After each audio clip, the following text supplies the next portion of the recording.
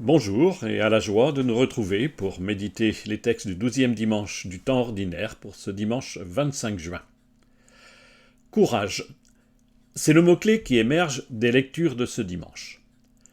Dans la première lecture, Jérémie, le prophète martyrisé, puise sa force en Dieu dans la prière. Et dans l'Évangile, Jésus prépare les apôtres à vivre courageusement la mission, comme lui-même l'a vécu, sans avoir peur des risques. Entre ces deux lectures, qui trouvent leur actualité dans la mission de l'Église aujourd'hui, la lettre de saint Paul aux Romains aborde un thème ardu. Paul nous décrit le lien mystérieux qui existe depuis l'origine entre le péché et la mort.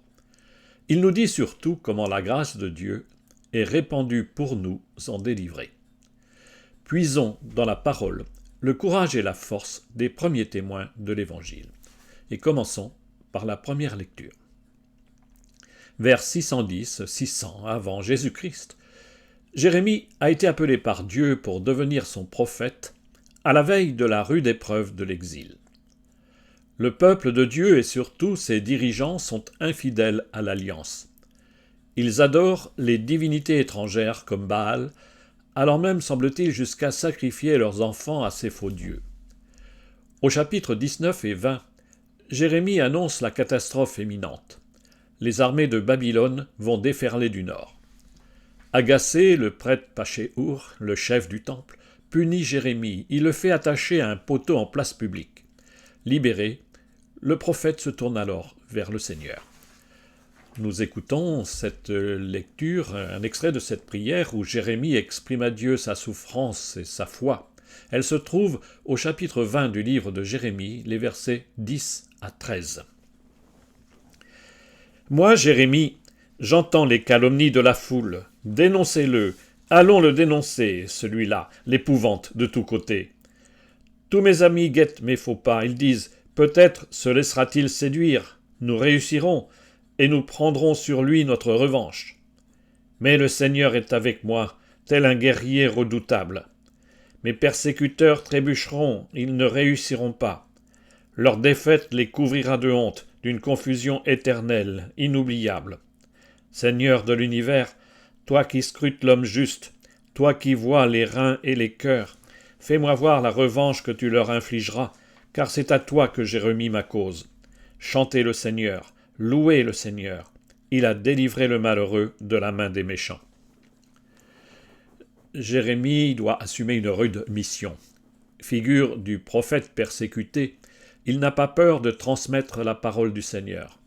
Non seulement la foule excitée s'en prend à lui, même ses amis les plus proches espèrent le voir renoncer à annoncer le malheur tout proche. Mais Jérémie ne faiblit pas. Jusqu'au bout, il persiste à dénoncer le péché du peuple. Dieu l'a choisi alors qu'il n'était qu'un bébé dans le ventre de sa mère, c'est au chapitre 1 de Jérémie, verset 5. Dieu ne peut l'abandonner. Dans sa prière, le prophète crie son espérance et celle-ci s'élève en louange. Jésus a subi une même épreuve que Jérémie. N'a-t-il pas été lui-même cloué au pilori en place publique? N'a-t-il pas dû subir les injures de la foule? Ses amis ont refusé d'écouter Jésus quand il leur annonçait sa mort prochaine.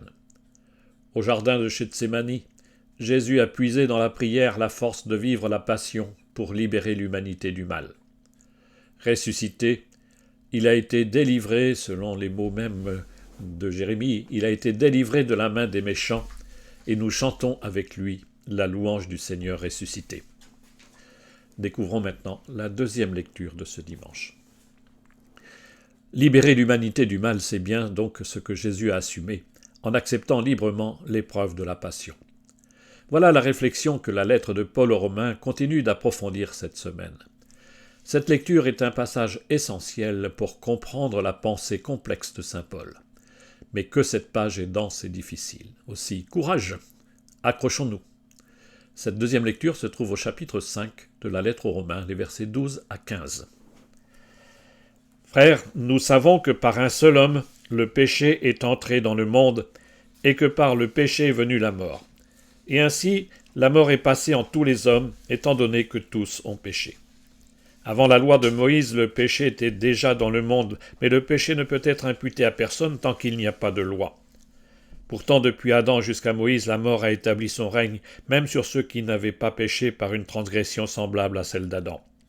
Or, Adam préfigure celui qui devait venir.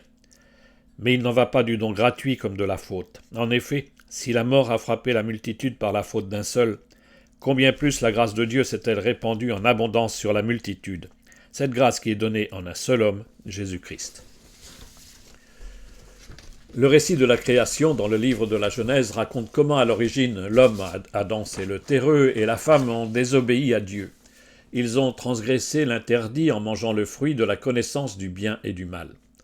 Et le péché, nous rappelle Paul, a entraîné la mort. Ainsi, y aurait-il un lien mystérieux entre la condition mortelle de l'humanité et le péché. Mais qui est Adam ? Non pas un individu dans la nuit des temps, mais l'homme de tous les temps. Adam, c'est toute l'humanité et en même temps chaque être humain. Telle est notre condition humaine. Personne n'échappe à la mort et tous participent de la condition de pécheur. Pour Paul, pour qu'existe le péché, encore faut-il avoir conscience du mal qu'on fait. Et ce n'est qu'avec Moïse et par la loi transmise par Dieu que s'éclaire cette conscience. Le péché est cependant dit originel, parce qu'il existe en tous, de la naissance à la mort et de toujours à toujours. Sauf en Jésus le Christ. Chaque être humain n'est qu'une pâle figure de l'homme créé à l'image de Dieu, du premier récit de la création. L'image de Dieu en l'homme a été abîmée par le péché, mais pas en Christ. L'homme accompli, le seul homme à l'image de Dieu, le seul vrai homme, c'est le Christ. Il est le nouvel Adam, celui par qui Dieu a fait grâce. La grâce, c'est le don gratuit que Dieu nous fait par amour en son Fils. Elle est source de joie, de pardon, de vie et de bonheur. Comme une source vive, elle inonde le cœur et déborde en vie éternelle. Et découvrons maintenant l'évangile de ce dimanche. Le chapitre 10 que nous avons commencé de lire le dimanche précédent est un discours de Jésus aux apôtres. Sa parole s'adresse aux apôtres et à travers eux à tous les missionnaires de l'Évangile. Laissons cette parole s'éclairer à 3 niveaux, dans la vie de Jésus lui-même, à l'époque où Matthieu écrit cet Évangile, et pour nos communautés aujourd'hui. Le message adressé par Jésus se trouve dans le chapitre 10 de Matthieu, avec les versets 26 à 33. En ce temps-là, Jésus disait à ses apôtres, « Ne craignez pas les hommes. Rien n'est voilé qui ne sera dévoilé. Rien n'est caché qui ne sera connu. Ce que je vous dis dans les ténèbres, dites-le en pleine lumière. Ce que vous entendez au creux de l'oreille, proclamez-le sur les toits. Ne craignez pas ceux qui tuent le corps sans pouvoir tuer l'âme. Craignez plutôt celui qui peut faire périr dans la géhenne l'âme aussi bien que le corps. 2 moineaux ne sont-ils pas vendus pour un sou ? Or, pas un seul ne tombe à terre sans que votre Père le veuille. Quant à vous, même les cheveux de votre tête sont tous comptés. Soyez donc sans crainte. Vous valez bien plus qu'une multitude de moineaux. Quiconque se déclarera pour moi devant les hommes, moi aussi je me déclarerai pour lui devant mon Père qui est aux cieux. Mais celui qui me reniera devant les hommes, moi aussi je le renierai devant mon Père qui est aux cieux. N'ayez pas peur, osez parler. C'est le premier message que Jésus adresse aux apôtres pour les préparer à leur tâche. Il a vécu cet ordre pour lui-même, osant une parole tranchante comme un glaive. Il n'a pas hésité à secouer les pharisiens ou les marchands du temple. Venu pour accomplir les Écritures, il a été lui-même la parole qui révèle la vérité sur Dieu. À sa suite, les premiers apôtres ont été à leur tour serviteurs de la parole après la Pentecôte. Ils ont répandu la parole de ville en ville, impossible de se taire. Le service de la parole est encore celui de l'Église aujourd'hui. La parole est lumière qui éclaire et révèle. Vivre la mission exige des apôtres d'aujourd'hui qu'ils soient d'abord disciples et écoutent la parole pour eux-mêmes avant de l'annoncer. N'ayez pas peur, risquez tout. Annoncer l'Évangile n'est pas de tout repos, c'est risqué. Ce le fut pour Jésus qui a assumé librement la menace sur sa vie. Il a mis sa confiance en son Père et le Père lui a rendu justice. Le risque de la parole, c'est ce qu'ont vécu les premiers apôtres.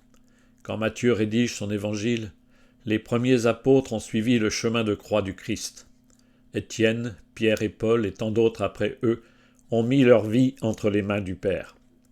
Mieux vaut, dit Jésus, perdre sa vie sur terre qu'hypothéquer sa vie éternelle par peur du risque. La vie de l'apôtre est dans la main du Père. Si Dieu veille sur la vie de moineaux qui ne valent pas grand-chose, comment pourrait-il ne pas veiller sur la vie de ceux qui osent ? N'ayez pas peur, dit encore Jésus. Si vous prenez des risques à cause de moi, je prendrai votre défense auprès du Père, comme un avocat plaide une cause au cours d'un jugement. Les apôtres d'aujourd'hui, comme ceux d'hier, doivent se mouiller pour répandre la joie de l'Évangile avec force et courage.